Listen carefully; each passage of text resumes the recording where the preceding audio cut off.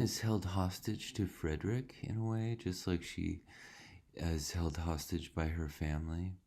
Another parallel between Frederick and her family is Frederick is cocky and reads and tells stories about the ships he's sailed. He fetishizes what are called the Navy lists, the publication concerning the different ships in the Navy, and he reads his own story through the story of these ships, just like Walter reads his own story in the Baronetage. So it's a similar kind of fetishized, reductive, reified, commodified existence that we see in Frederick. But although Anne is dominated psychologically by these realities outside herself, we can see again through the narrative of her introspection an assertion of a creativity, a power to maybe extricate herself from these patriarchal narratives outside her. Yeah, I think we can hear in this passage a bit of a, just after her first encounter with Frederick, after his return, kind of echo of Wordsworth's Tintern Abbey. 5 years have passed, 5 summers with the length of 5 long winters, that repetition of the number of years that have passed, and sort of this haunting memory, this sense of the past remaining present, this being haunted by the past. She had seen him, they had met, they had been once more in the same room. Like, she can't believe the memory has walked into the present, inhabits, reality in the present. So the narrator continues. Soon, however, she began to reason with herself and try to be feeling less. 8 years, almost 8 years had passed since all had been given up. How absurd to be resuming the agitation with such an interval had banished into distance and indistinctness. What might not 8 years do? Events of every description, changes, alienations, removals, all must be comprised in it. An oblivion of the past. How natural, how certain too. It included nearly a third part of her own life. And it concludes, and alas, with all her reasoning, she found that to retentive feelings 8 years may be little more than nothing. So the feelings are just as present as ever. So what might not 8 years do? Events of every description, changes. All must be comprised in it, an oblivion of the past. How natural, how certain too. I think she's speculating about Frederick here as much as she's talking about herself. All these possible changes, including oblivion, must be comprised in it. We must be assumed as natural or even certain that he will have changed, alienated, removed, and become oblivious of the past. So this is free and direct discourse channeling Anne's thoughts, but they're contradictory thoughts. On the one hand, she's saying oblivion is natural and even certain, but on the other hand, she's acknowledging that the past is just as present as ever, and 8 years are little more than nothing. The free and direct discourse demonstrates Anne's conflicted thinking. She's at odds with herself, but that conflict is itself self-composing. I mean, after all, this is the conflict of Tintern Abbey, the having the memory present alongside a self-consciousness that's incompatible with it. So again, this active process of not changing the plot, but reweaving the details, leaving the same events in place, but giving herself an active role as her self-recollector, her active self-composer. So Frederick's categorical denials to the contrary. He's evidently haunted by Anne too. He brags of his simplicity. He dissembles in a way here that suggests this haunting. He professes indifference to who he would marry, just as he professes not even to recognize Anne. He's sort of indifferent to who he would marry. He says, I'll take anyone, little beauty, a few smiles, a few compliments, and I'm a lost man. Shouldn't this be enough for a sailor like me who has had no society among women to make him nice? He said it, she knew, to be contradicted. He knows very well he's nice. His bright, proud eyes spoke the conviction that he was nice. So this self-deception here, I think, is really telling, especially because this next line it just feels really pregnant. Anne Elliot was not out of his thoughts when he more seriously described the woman he should wish to meet with. You read that at first, he's saying Anne Elliot is the one woman that he's not considering. He's defining what he wants just in contrast to her. But he's haunted by her regardless, even if it is by contrast, even if he is just thinking of what he doesn't want.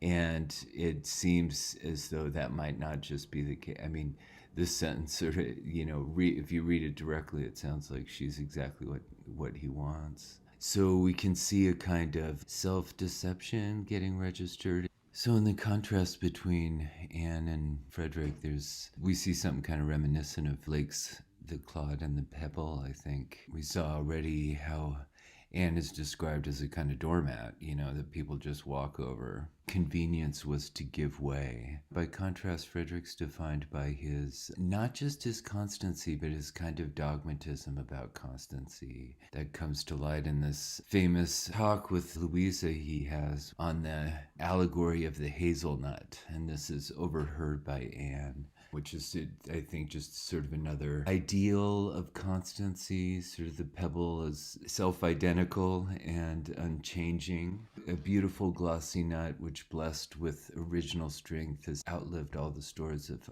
autumn.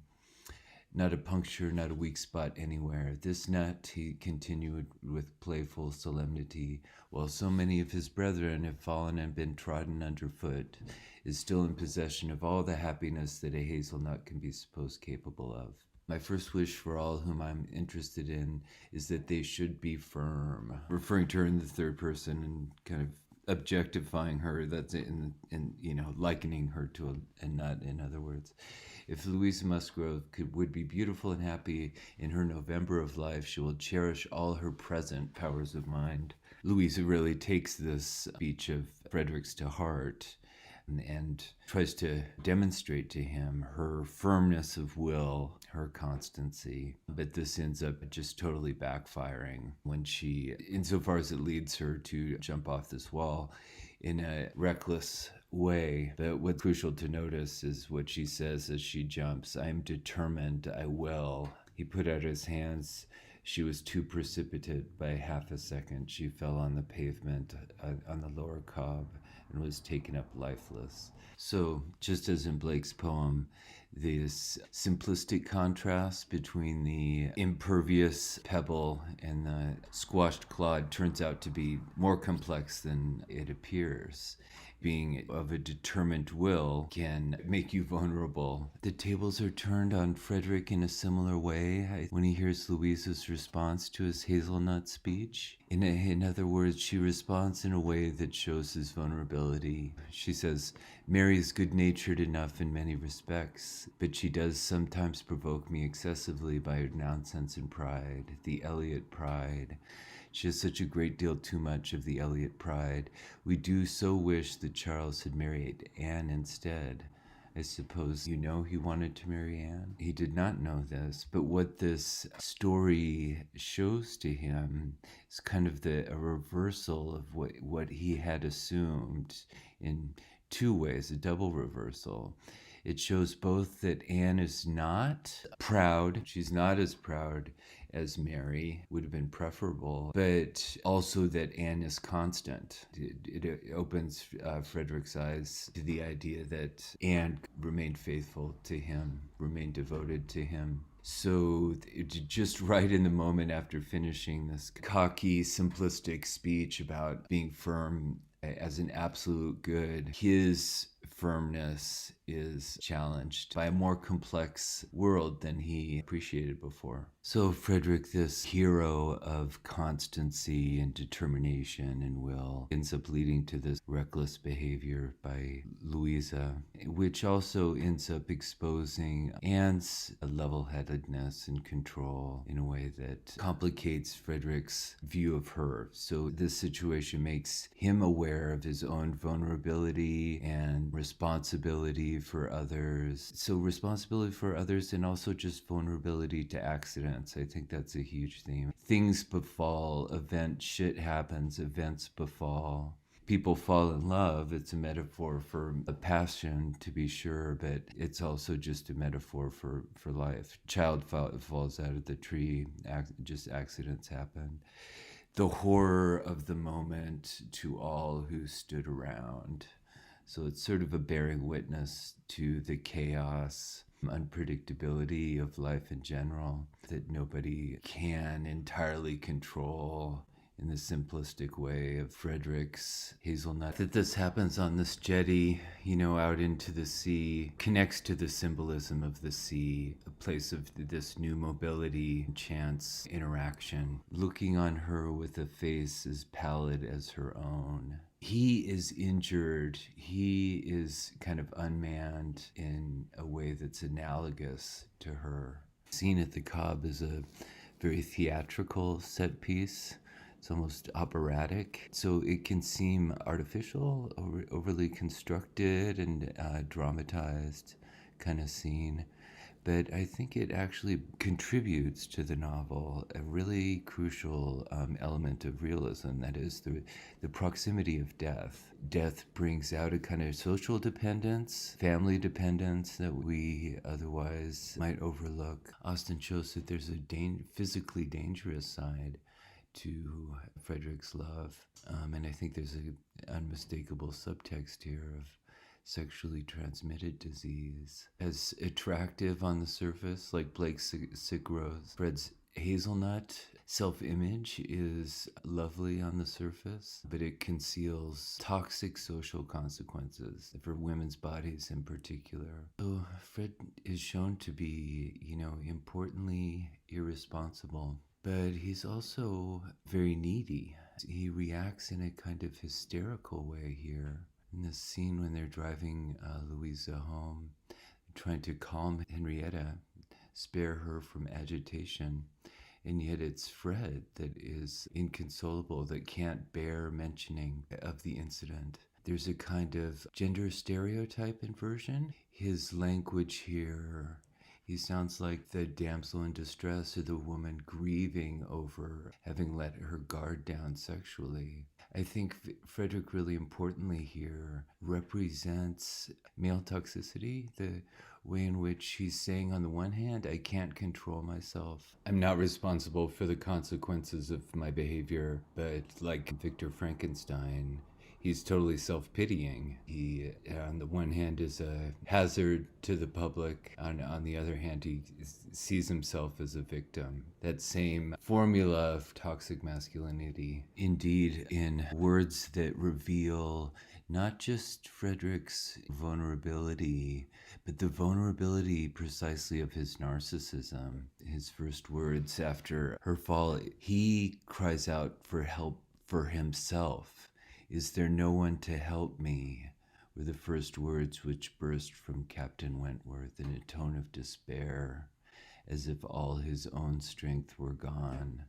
That's really remarkable. It's not just that he's needy, but it's his egotism that's needy. And Anne really takes charge in this scene. So Frederick gains new insight into his own vulnerability, but also into Anne's strength. Frederick's new sense of vulnerability and responsibility for others comes out. His conversation with Anne, brief conversation as they're bringing Louisa home. He says to her, I've been considering what we had best do. She must not appear at first. She could not stand it. I've been thinking whether you had not better remain in the carriage with her while I go in and break it to Mr. and Mrs. Musgrove. Do you think this is a good plan? So this deferral to her judgment, it represents a kind of growth on Frederick's part, and it makes a big impression on Anne. She recognizes this deference to her. She did. He was satisfied and said no more. But the remembrance of the appeal remained a pleasure to her, as a proof of friendship and of deference for her judgment, a great pleasure. And when it became a sort of parting proof, its value did not lessen. This is an actual organic relationship. They're responding to this actual unpredictable circumstance. It's revealing aspects of their character and their mutual recognition, how they see one another, that is richer, more complex than the simple contrast that had defined it before. Above all, in this moment, we can see Anne constructing her own memory, writing her story by how she arranges her memory. This event does not make her and Frederick any less broken up. It doesn't give her aspirations about getting back together. On the contrary, she sees this as a parting proof of friendship. But she sees him seeing her, something real about her.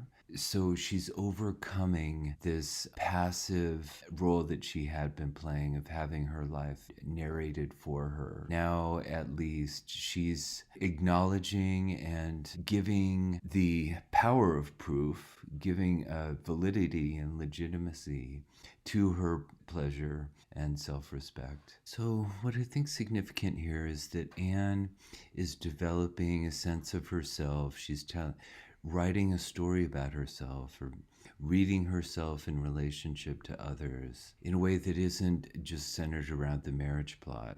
She's forsworn Frederick. She is no longer defines herself in terms of the marriage plot or even romance with Frederick, and yet she is weaving a complex sense of herself. What matters to her is this mutual recognition that he sees things and values things in her that she values in herself. And another example of that comes a little earlier when he helps her into the carriage. And again, this is kind of the stereotypical like Prince Charming move. But if you see the way she narrates it, or the way in which her thinking about it is channeled by the narrator, Captain Wentworth, without saying a word, turned to her and quietly obliged her to be assisted into the carriage. Yes, he had done it. She was in the carriage and felt that he had placed her there. So this moment, this is another kind of poetics of time, the gap of the moment of being assisted into the carriage passes in a blur. It's not narrated. She returns to herself, returns to her kind of inner dialogue, and see how she reflects on this moment. She felt that his will and his hands had done it, that she owed it to his perception of her fatigue and his resolution to give her rest. She was very much affected by the view of his disposition towards her, which all these things made apparent. This little circumstance seemed the completion of all that had gone before. She understood him. He could not forgive her, but he could not be unfeeling. Though condemning her for the past and considering it with high and unjust resentment, though perfectly careless of her, and though becoming attached to another, still he could not see her suffer without the desire of giving her relief. It was a remainder of former sentiment. It was an impulse of pure though unacknowledged friendship. It was a proof of his own warm and amiable heart, which she could not contemplate without motions so compounded of pleasure and pain that she knew not which prevailed. Again, that formula of pleasure and pain, the sort of sublime. And again, this is like a proof, a token of his friendship. She's reading it quite explicitly. She's reading human passion, reading human meaning through this behavior. This reading is part of her self-determination. It's not determining herself as a wife. It's not assimilated to that narrative. She's given that narrative up. It's a meaningful weaving together of sense of herself through a sense of her relationship. She is seeing him, seeing her, just like Elizabeth in Pride and Prejudice. Anne had earlier found solace in the conclusiveness of the story and perception she had of her relationship with Frederick. It was totally over, that he had become a nothing to her, there we can see her internalizing when she says these things, internalizing her own debasement, the way in which she's debased by her family and others around her, the reduction of her feelings to Frederick to a mere nothing. So in these later moments where we see her appreciating and reflecting on kind of minor, marginal moments of interaction with Frederick, we see her opening up to her real feelings rather than remaining closed off and sort of in denial.